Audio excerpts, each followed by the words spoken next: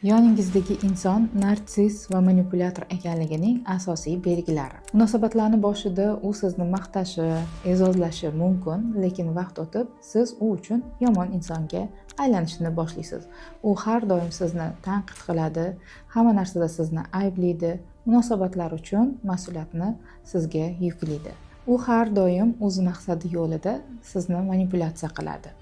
Bunday insonlar o'zlarini juda ham yaxshi ko'rishadi, maqtov eshitishni yaxshi ko'rishadi. Ular o'zlarini dunyoda yagona inson deb hisoblashadi. Lekin shu bilan birga tanqidni ko'tara olishmaydi. Narsiss insonlar boshqalarning his-tuyg'ularini tushunmaydi. Ularda hamdardlik tuyg'usi bo'lmaydi. Jufti mazasi bo'lmaganida, xafa bo'lganida, yig'laganida hech qanday hissiyot his qilmaydi, uni tushuna olmaydi. Aksincha, bunday vaziyatlarda juda ham jahli chiqishi mumkin, chunki siz unga kerakli bo'lgan emotsiyani bermaysiz, uni ehtiyojlarini qondirmaysiz. Ular juda ham e'tibor talab bo'lishadi, ulug'lanishni, maqtov eshitishni yaxshi ko'rishadi va eng muhim belgi, ular yo'q degan javobga juda ham kuchli g'azab bilan reaksiya qiladi.